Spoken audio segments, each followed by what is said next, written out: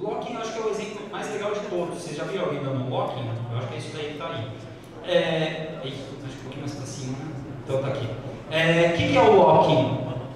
O locking é você falar assim, imagina que dois clientes estão acessando o seu sistema, certo? Estão acessando aquele seu sistema de compras e você só tem uma meia para vender e os dois querem comprar aquela meia para dar para o filho de Natal. Tudo bem?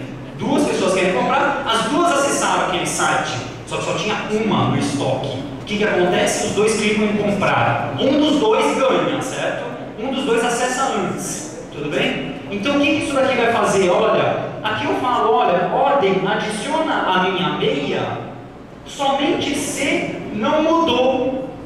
Somente se as coisas não mudaram. Se alguma coisa mudou nesse meio tempo, a própria internet vai falar que eu não posso fazer isso.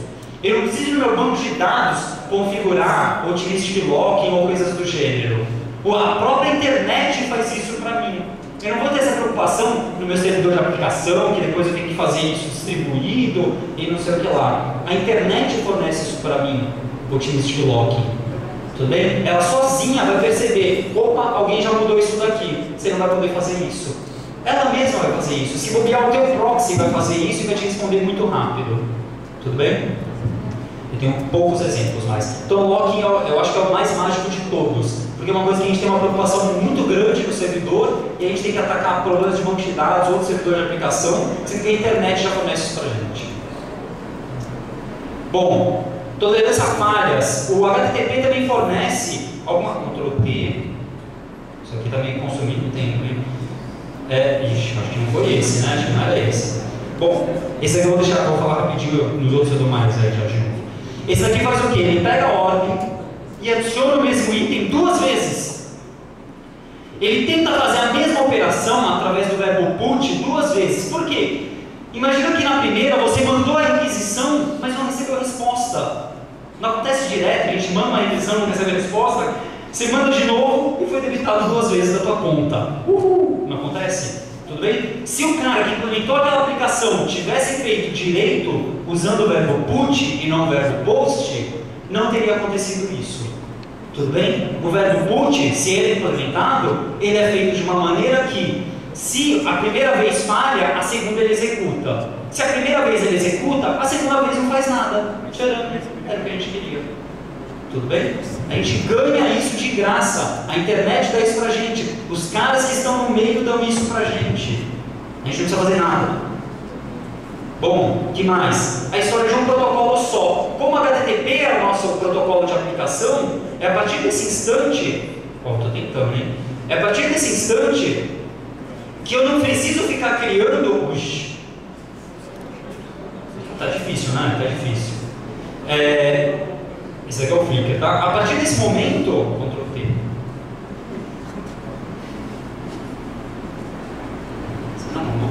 Você vai mudando os tamanhos.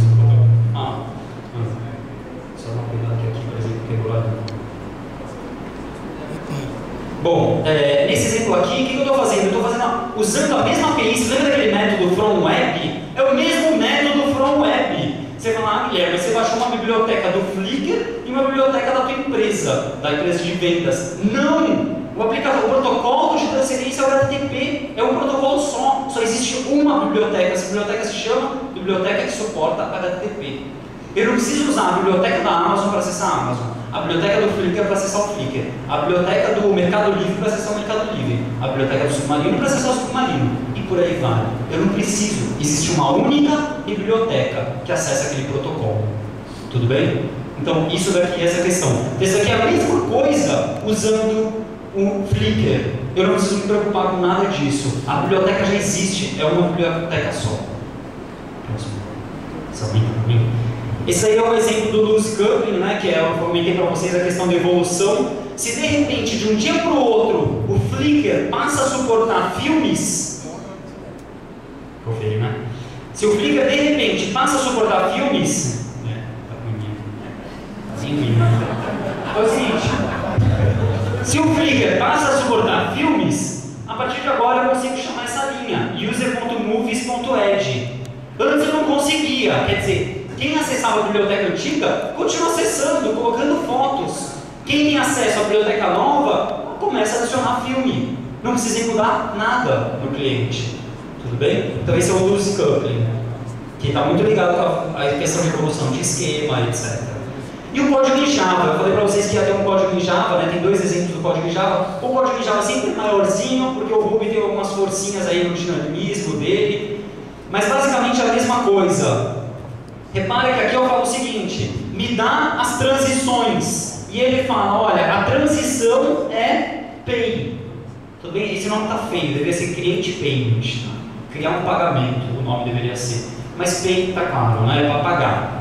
Então, é o mesmo código que eu tinha mostrado em Ruby, que chamava def following transitions, no Java chama public list get following transitions. Tudo bem? Porque no Java a gente tem que definir o retorno, tem que falar que o método é público para ser acessado, blá blá blá. Só por isso, mas no coração mesmo é a mesma coisa.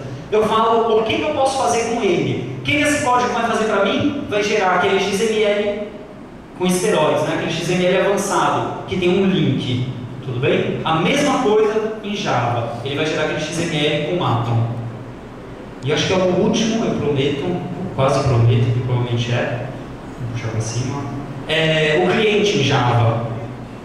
Tá? O cliente em Java também, bem parecido com o de Ruby, um pouquinho maior de novo, né? Em vez de from web, é resource, e eu falo ao RI, ele me devolveu a ordem, a compra, né? E aí eu executo, faço os métodos get name, get client, get products, get sei lá o que, como a gente está acostumado a fazer em Java.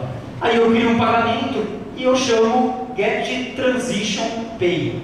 A diferença é que lá no Ruby é direto pay, aqui é get transition pay. Tudo bem? A diferença do cliente Java com o cliente Ruby é essa. Não é get transition pay, no outro é pay. Mas no final das contas é a mesma coisa, tá? É que o Ruby permite adicionar métodos, o Java não. Tudo bem? Esse é o exemplo do Java, de como fazer isso em Java. Essa é uma das implementações do que a gente falou, tá? Então o que é tudo isso que eu mostrei para vocês? Isso tudo da gente usar essa infraestrutura da internet, né? Usar a questão das URIs, do HTTP e do HTML para quê? Escalar, dar performance, tolerância a falhas, blocking, diversas coisas. Usar tudo isso é o que a gente chama de REST. Tá? REST é um conjunto de restrições que implica nisso tudo. Tá? Se vocês lerem a descrição do Roy Fusion, vocês vão ver lá, ele fala, olha, REST são essas 7, acho que são 7 e 8 opcional, restrições. Se você seguir essas regras, você ganha tudo isso, de graça. Tudo bem? E boa parte dos sistemas que estão aí já ganham diversas dessas coisas. E a gente pode fazer os nossos ganharem também. Tudo bem? Em vez de fazer os nossos usando coisas malucas que a gente usa lá, sei lá, uma vez na vida.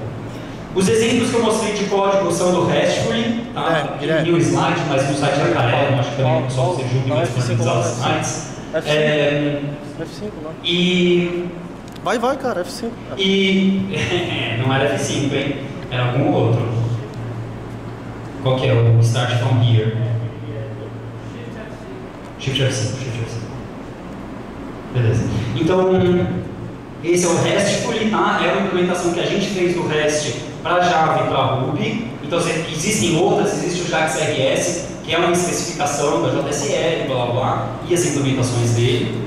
Então, o RESTful é uma opção que a gente tem aí para utilizar. E era isso, tá? Tem só mais um slide, até mais na verdade falar da Carel, comentar. A gente agradece aí o Rafael, o pessoal, todo mundo que contribuiu aí com a gente. Só um segundinho, por favor.